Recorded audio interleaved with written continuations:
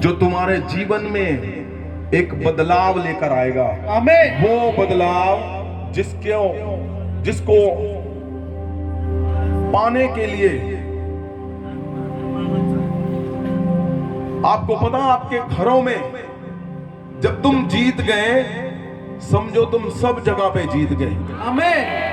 घरों में कैसे जीतता है बंदा, कैसे इंसान घरों में जीतता है? क्योंकि घरों में लड़ाइयां हैं बच्चों की जो नशे कर रहे हैं, घरों में लड़ाइयां हैं उनकी जो बीमारियों में है।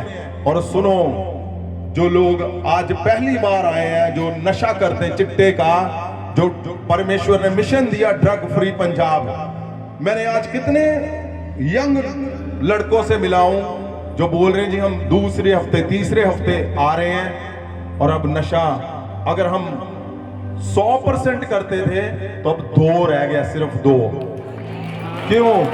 क्योंकि परमेश्वर ने ये मिशन दिया है ड्रग फ्री पंजाब, उसको खत्म करना है, उस जहर को आमीन। जो हमारे लोगों के घरों में जड़ों में जाने की कोशिश कर रहा है। इसलिए तुम्हारा निकलना बहुत अहम है। तुम्हारे घरों में वो बड़ा बदलाव लेकर आएगा। आमीन। लास्ट हमने देखा पतरस चूक कर गया, वहां पे चेलों से चूक हो गई। क्यों? क्योंकि जब परमेश्वर के बदन को लेकर जाने की बारी आई तो क्या हुआ? वो छिप गए, वो डर गए, वो इतना डर गए। एक ऐसा ही डरा हुआ और था उसी झुंड में, 12 के झुंड में। ये जानना जरूरी है ताकि आपको परमेश्वर के दिल का पता चले कि परमेश्वर क्या परमेश्वर है जिसके पास तुम आए हो। जब हम बाइबल को पढ़ते हैं, यूहन्ना की किताब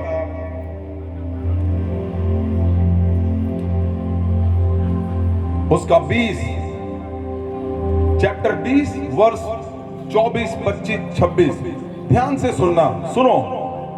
उसी आपको पता परमेश्वर के 12 चेले थे। कितने लोगों को पता है?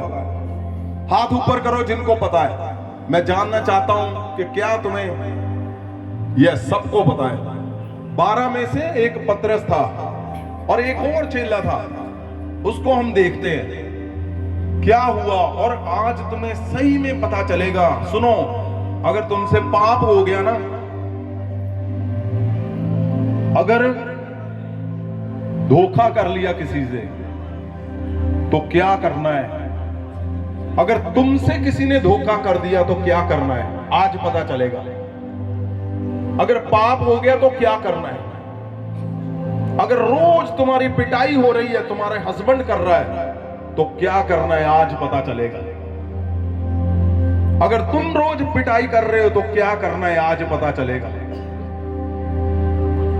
मैंने लास्ट टाइम बोला था, अगर पाप घनिष्ठ पाप भी हो गया जो परमेश्वर ने मना किया, अगर हो गया तो उसके बाद क्या करना है? तुम किसके पास आए हो? वो परमेश्वर के पास जिसको आज तुम जानोगे, जिसको आज तुम देखोगे। एक दूसरा चेला उसके साथ, उसने क्या किया? परमेश्वर यीशु मसीह के साथ। हाँ जी, यूहन्ना चैप्टर 20 हाँ 20 ਅਧਿਆਇ ਦਾ 24 ਵਚਨ ਤੋਂ ਜਦ ਯਿਸੂ ਉਹਨਾਂ ਕੋਲ ਆਇਆ ਹਾਂ ਤਾਂ ਥੋਮਾ, ਜਿਸ ਨੂੰ ਦਿਦੁਮਸ ਵੀ ਕਹਿੰਦੇ ਹਨ, ਉੱਥੇ ਚੇਲਿਆਂ ਵਿੱਚ ਨਹੀਂ ਸੀ। ਥੋਮਾ ਉਹਨਾਂ 12 ਵਿੱਚੋਂ ਇੱਕ ਸੀ। ये कौन सी स्टोरी है जब परमेश्वर जिंदा हो गए?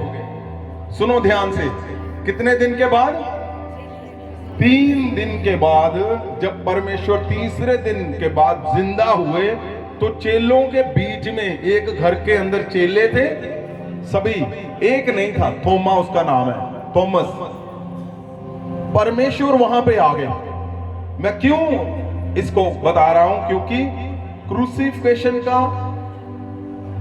चैप्टर चल रहा है हमारा, तो मैं चाहता हूं इसके इर्द गिर्द तुम्हें पता चले सब कुछ कि हुआ क्या था। आप पढ़ते तो रोज हो, लेकिन मैं चाहता हूं तुम्हें और भी पता चले कुछ, ताकि हमें सही में पता चले परमेश्वर का मन कैसा है। हाँ जी, ਜਦ ਯਿਸੂ ਉਹਨਾਂ ਕੋਲ ਆਇਆ हाँ, जब परमेश्वर यीशु मसीह उनके बीच में आ गया ਤਾਂ ਥੋਮਾ तो थोमा चेला उसका, ਜਿਸ ਨੂੰ ਦਿਦੁਮਸ ਵੀ ਕਹਿੰਦੇ ਸਨ हाँ, ਉੱਥੇ ਚੇਲਿਆਂ ਵਿੱਚ ਨਹੀਂ ਸੀ। वो नहीं था उनमें 12 में 11 थे। ਥੋਮਾ ਉਹਨਾਂ 12 ਵਿੱਚੋਂ ਇੱਕ ਸੀ। ਦੂਜੇ ਚੇਲਿਆਂ ਨੇ ਥੋਮਾ ਨੂੰ ਦੱਸਿਆ ਅਸੀਂ ਪ੍ਰਭੂ ਨੂੰ ਵੇਖਿਆ। उन्होंने बताया कि हमने परमेश्वर को देखा।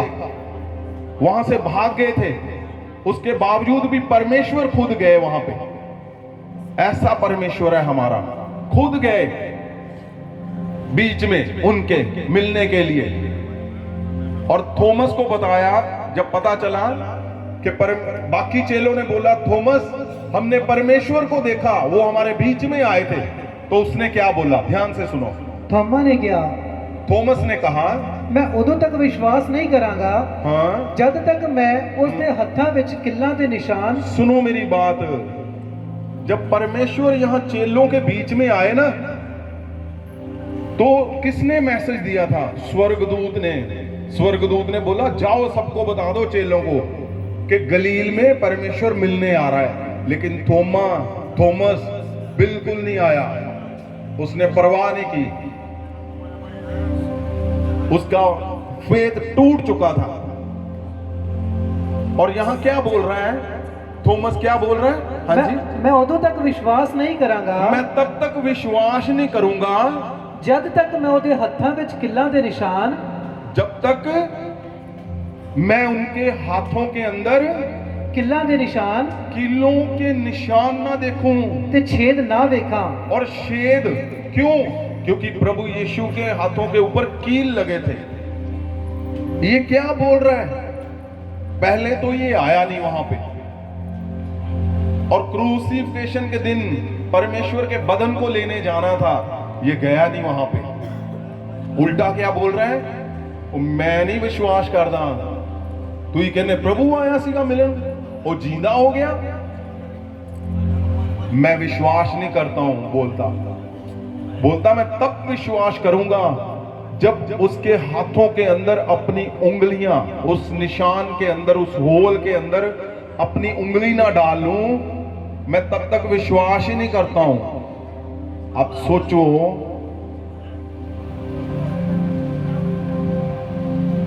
कि क्या ये सही था? क्योंकि गया तो खुद नहीं, ये भाग गए वहां से।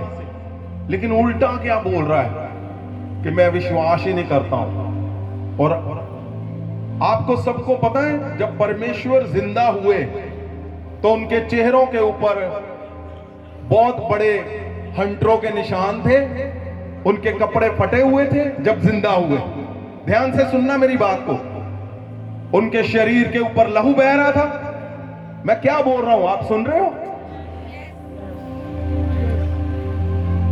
ऐसा नहीं था। परमेश्वर जब जिंदा हो गए तो कैसे थे? हैं? नॉर्मल, जोर से बोलो। नॉर्मल से, वो कैसे थे परमेश्वर? जैसे पहले थे। वो स्वर्गीय प्रभाव में, कोई निशान नहीं था उनके शरीर पे, कोई जख्म नहीं था, उनके स्वर्गीय वस्त्र की तरह वो चमक रहे थे परमेश्वर। तो यहां क्या बोल रहा है? ये क्या बोल रहा है? ये बोल रहा है क्या आपको ऐसे लगता है कि परमेश्वर जब जिंदा हुए तो पूरी तरह ही वो जिंदा हुए? आप समझ रहे हो कि आधा जिंदा हुए? पूरा हुए कि उन्होंने उनको ऐसे लगा कि पांव के निशान रहने दो, हाथों में, सिर में निशान रहने दो, पीठ के ऊपर, क्या ऐसे जिंदा हुए? नहीं। परमेश्वर एकदम से स्वर्गीय प्रभाव, नया चेहरा परमेश्वर, नए हाथ परमेश्वर के, नए पांव, क्योंकि परमेश्वर सच में जिंदा हुए। अब ये क्या बोल रहा है कि उसके हाथों के अंदर मैं अपनी उंगलियां डालूंगा। अब देखो क्या हो रहा है। ये क्यों बोल रहा है कि परमेश्वर जिंदा हुए? क्योंकि इसने देखा परमेश्वर